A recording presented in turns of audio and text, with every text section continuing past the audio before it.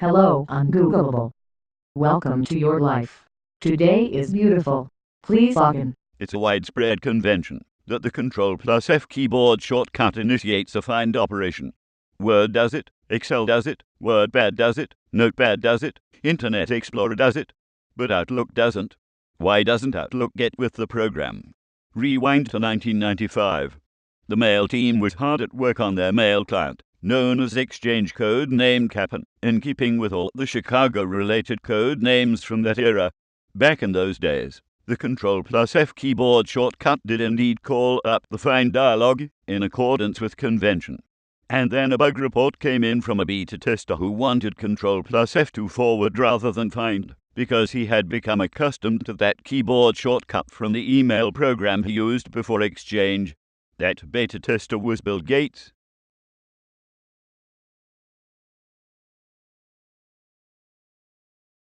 What the investigators found inside NASDAQ shocked them, according to both law enforcement officials and private contractors hired by the company to aid in the investigation. Agents found the tracks of several different groups operating freely, some of which may have been in the exchange's networks for years, including criminal hackers and Chinese cyber spies. Basic records of the daily activity occurring on the company's servers, which would have helped investigators trace the hackers' movements, were almost non-existent. Investigators also discovered that the website run by One Liberty Plaza's building management company had been laced with a Russian-made exploit kit known as Black Hole, infecting tenants who visited the page to pay bills or do other maintenance. What one investigator referred to as the dirty swamp of NASDAQ's computer banks made following the trail of the Russian malware excruciatingly slow. The agents figured the hackers first broke into NASDAQ's computers at least 3 months before they were detected, but that was just a guess. There were indications that a large cache of data was stolen, though proof was scarce, and it was hard to see what was spirited out. If someone breaks into your house, trying to figure where they went and what they took is pretty difficult because, unlike a bank, you don't have cameras in your house. You don't have motion sensors, says Jason Syverson, Chief Executive Officer of Siege Technologies, a security firm in Manchester, NH. In terms of cybersecurity, most companies are more like a house than a bank. The agencies left it to NASDAQ to characterize the attack for its customers, regulators, and the public, which it did in a brief company statement on February 5th, and again in a regulatory filing a few weeks later. The breach couldn't have come at a worse time for NASDAQ. It was on the verge of trying to acquire the New York Stock Exchange ICE for $11 billion. NASDAQ's emailed statement gave no indication the attack was serious.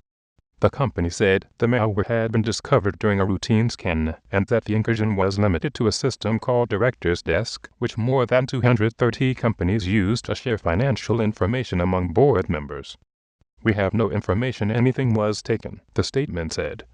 In an interview for this article, NASDAQ spokesman Joseph Christina says our own forensics review of the issue conducted in close cooperation with the U.S. government concluded no proof of exfiltration of data from our Director's Desk systems. Importantly, 2010 was a watershed moment in our company's commitment to cybersecurity, resulting today in an enhanced ability to detect and protect the integrity of our systems, our technology, and market participants. Meanwhile, the investigation into who was behind the attack took a dramatic turn. Unlike a bomb or missile, malware can be reused.